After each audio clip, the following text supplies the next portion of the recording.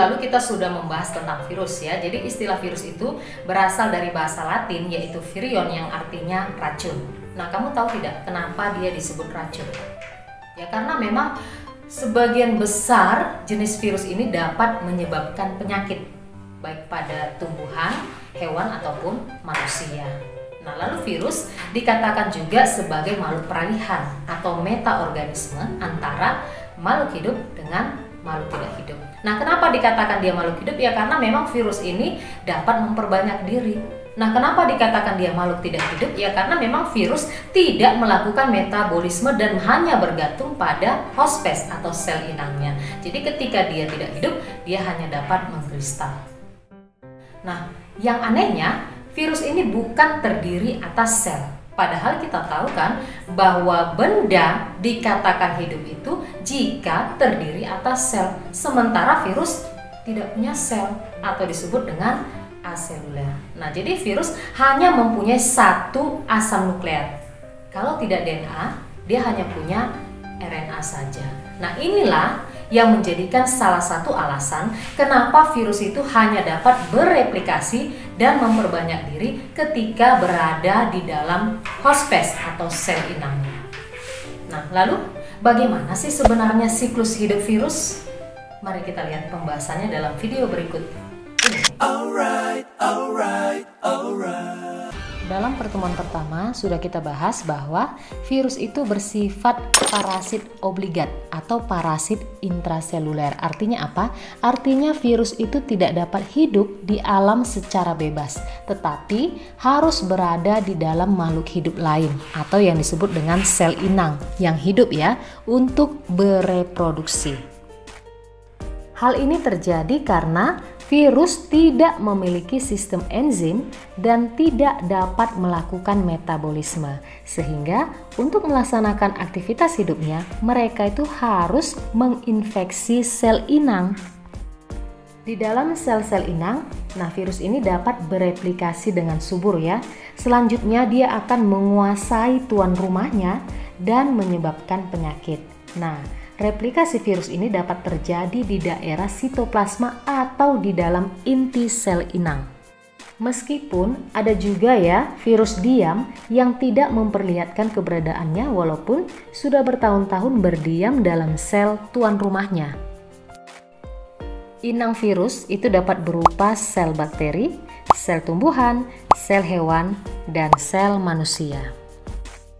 Nah, kamu tahu tidak bagaimana sih sebenarnya cara virus itu bereproduksi di dalam sel inangnya? Yuk, kita lihat.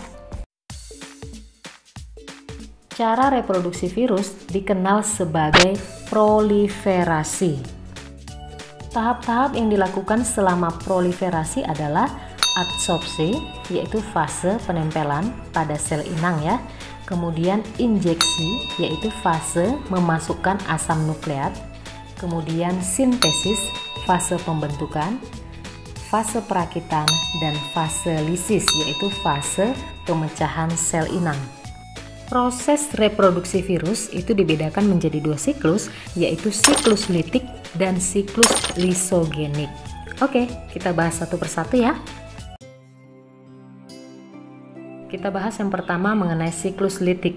Pada siklus litik, replikasi genom virus ini pada akhirnya akan menghancurkan sel inang, sehingga menyebabkan kematian pada sel inang.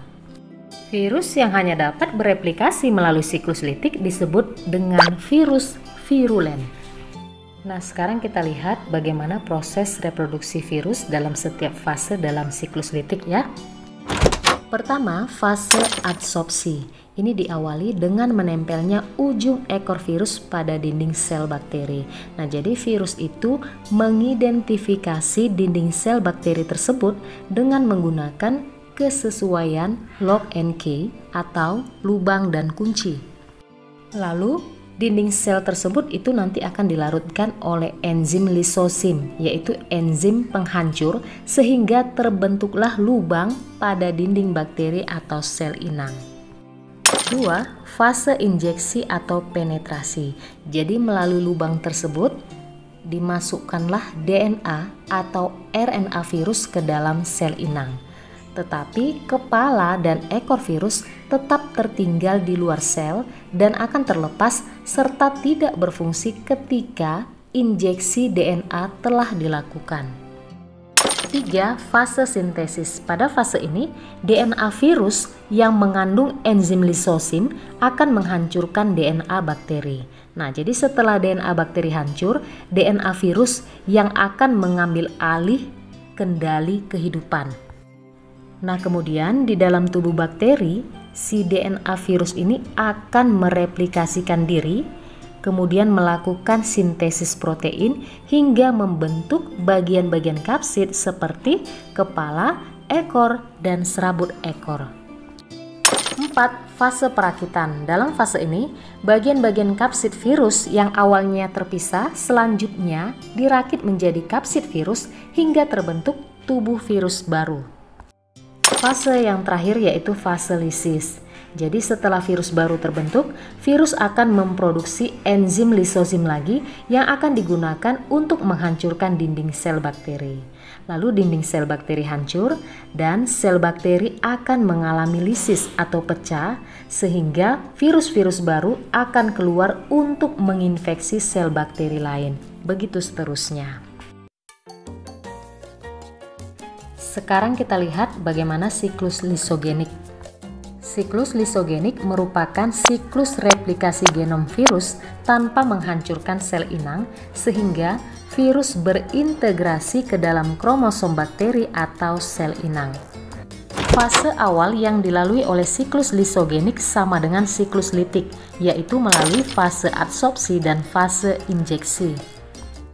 Mula-mula, ujung ekor virus akan menempel pada dinding sel bakteri dan memasukkan DNA ke dalam tubuh bakteri. Berikutnya fase penggabungan. DNA virus kemudian menyisip ke dalam DNA bakteri, sehingga DNA bakteri putus. Selanjutnya, DNA virus bergabung dengan DNA yang putus tersebut.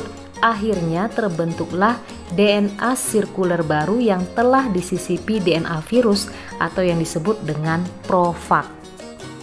Dengan demikian, di dalam DNA bakteri mengandung materi genetik virus. Fase pembelahan. Apabila bakteri melakukan pembelahan diri, maka profag juga ikut membelah diri ya, sehingga terbentuklah dua sel anak bakteri yang mengandung profag yang identik. Peristiwa ini terjadi terus-menerus selama bakteri mampu membelah diri sehingga dihasilkanlah beberapa bakteri yang mengandung profag yang semakin banyak. Fase lisogenik berlangsung lebih lama daripada fase litik dan virus yang dihasilkan menjadi virulen. Nah, apa itu virus virulen? Virus virulen itu adalah virus yang hanya dapat bereplikasi melalui siklus litik.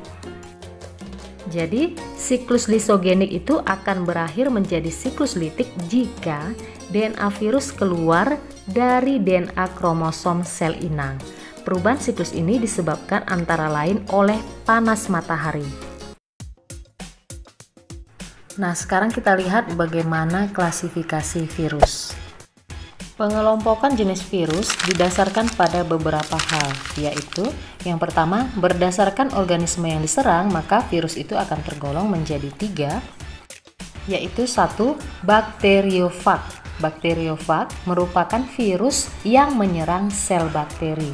Contohnya virus T2, T4, dan T6. 2. Virus tumbuhan, yaitu virus yang menyerang sel tumbuhan. Contohnya yang pertama TMV, Tobacco Mosaic Virus. Nah, ini penyebab penyakit mozaik ya. Penyakit mozaik itu adalah bercak kuning yang terdapat pada tanaman tembakau. Contohnya lagi CVPD, yaitu Citrus Vine Phloem Degeneration. Ini penyebab penyakit pada pohon jeruk. Dan virus tungro, penyebab penyakit pada tanaman padi. Yang ketiga, virus hewan, yaitu virus yang menyerang sel hewan. Contohnya polioma, penyebab tumor. Kemudian ada RSV, yaitu Rose Sarcoma Virus, ini penyebab kanker pada ayam. Dan rhabdovirus, nah ini penyebab rabies pada anjing dan kera. Lalu pengelompokan virus yang kedua yaitu berdasarkan susunan asam nukleat, maka nanti virus diklasifikasikan menjadi 5 ya, yaitu 1. Virus dengan DNA pita tunggal atau kita sebut dengan ssDNA. Nah, contohnya adalah parvovirus yang harus melakukan infeksi bersama dengan adenovirus supaya dia bisa tumbuh. 2. Virus dengan DNA pita ganda atau disingkat dengan dsDNA. Contohnya adenovirus. Nah, ini penyebab penyakit pada saluran pernapasan. 3. Virus dengan RNA pita tunggal atau disingkat dengan ssRNA positif. Nah, pada virus ini ssRNA itu berperan sebagai mRNA. Nah, apa itu? mRNA adalah pembawa pesan kode gen RNA. Contohnya picorna, yaitu virus yang menyebabkan penyakit polio. 4. RNA pita tunggal atau disingkat dengan ssRNA negatif.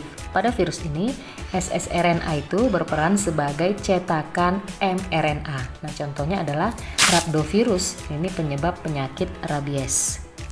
Dan yang kelima, RNA pita ganda atau dsRNA. Contohnya reovirus, penyebab penyakit diare. Oh ya, supaya kamu tidak bingung, SS itu singkatan dari single stranded, artinya rantai tunggal, sedangkan DS yaitu double stranded, artinya rantai ganda.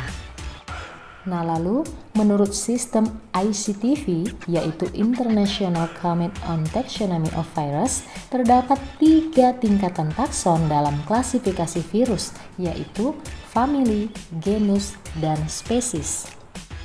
Pemberian nama pada famili menggunakan akhiran viridae, sedangkan nama genus dengan akhiran virus, dan nama spesies menggunakan bahasa Inggris dan diakhiri dengan virus. Nama genus dan spesies dicetak miring ya. Contoh klasifikasi virus sebagai berikut. Famili, Poxviridae. Genus, Orthopox virus. Spesies, Variola virus. Nah, ini penyebab cacar. Contoh kedua, famili, Picornaviridae. Genus, Enterovirus. Spesies poliovirus. Nah, ini penyebab polio. Jadi seperti itu ya cara pengklasifikasian virus. Nah, itu dia tadi pembahasan mengenai klasifikasi dan siklus hidup virus.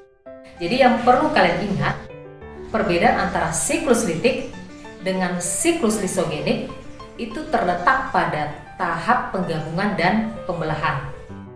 Jadi tahap penggabungan itu terjadi ketika sel inang yang ditempati virus ini cukup kuat sehingga virus tidak bisa mengambil alih kendali. Sehingga materi genetik virus itu akan bergabung dengan materi genetik sel inang membentuk profag. Nah, lalu sel inang ini akan memasuki tahapan pembelahan. Nah, profag juga ikut membelah sehingga dihasilkanlah sel inang yang mengandung profag. Nah, jadi selama sel inang ini kuat ya atau keadaan menguntungkan, virus ini akan tetap berada dalam bentuk profag. Tetapi ketika sel inang ini melemah atau keadaan tidak menguntungkan, misalnya terkena radiasi ultraviolet, nah virus ini langsung memisahkan diri dan menghancurkan materi genetik sel inang.